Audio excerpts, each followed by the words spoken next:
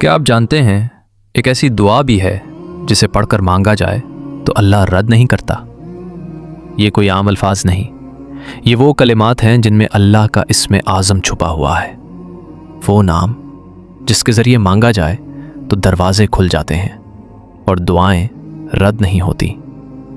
نبی کریم حضرت محمد مصطفیٰ صلی اللہ علیہ وآلہ وسلم نے ایک شخص کو یہ دعا پڑھتے ہوئے سنا تو فرمایا اس نے اللہ سے اس کے اسم اعظم کے ذریعے مانگا ہے، جب اس کے ذریعے دعا کی جائے تو اللہ عطا فرماتا ہے، اور جب اس کے ذریعے پکارا جائے تو وہ جواب دیتا ہے۔ تو آئیے اب جان لیتے ہیں کہ وہ دعا کون سی ہے۔ اللہم انی اسألک بانی اشہد انک انت اللہ لا الہ الا انت الاحد الصمد الذی لم یلد ولم یولد ولم یکن لہ کفوا احد۔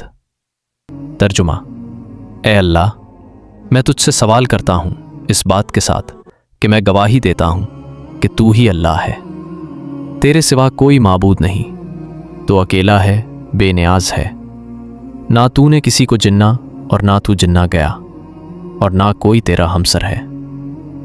سوچے، جب بندہ اللہ کی پہچان کے ساتھ اس کے سامنے جھک کر مانگتا ہے تو اللہ کیسے خالی واپس کرے گا؟ یہ صرف دعا نہیں، یہ اللہ کی توحید کا اقرار ہے، یہ بندگی کا کمال ہے۔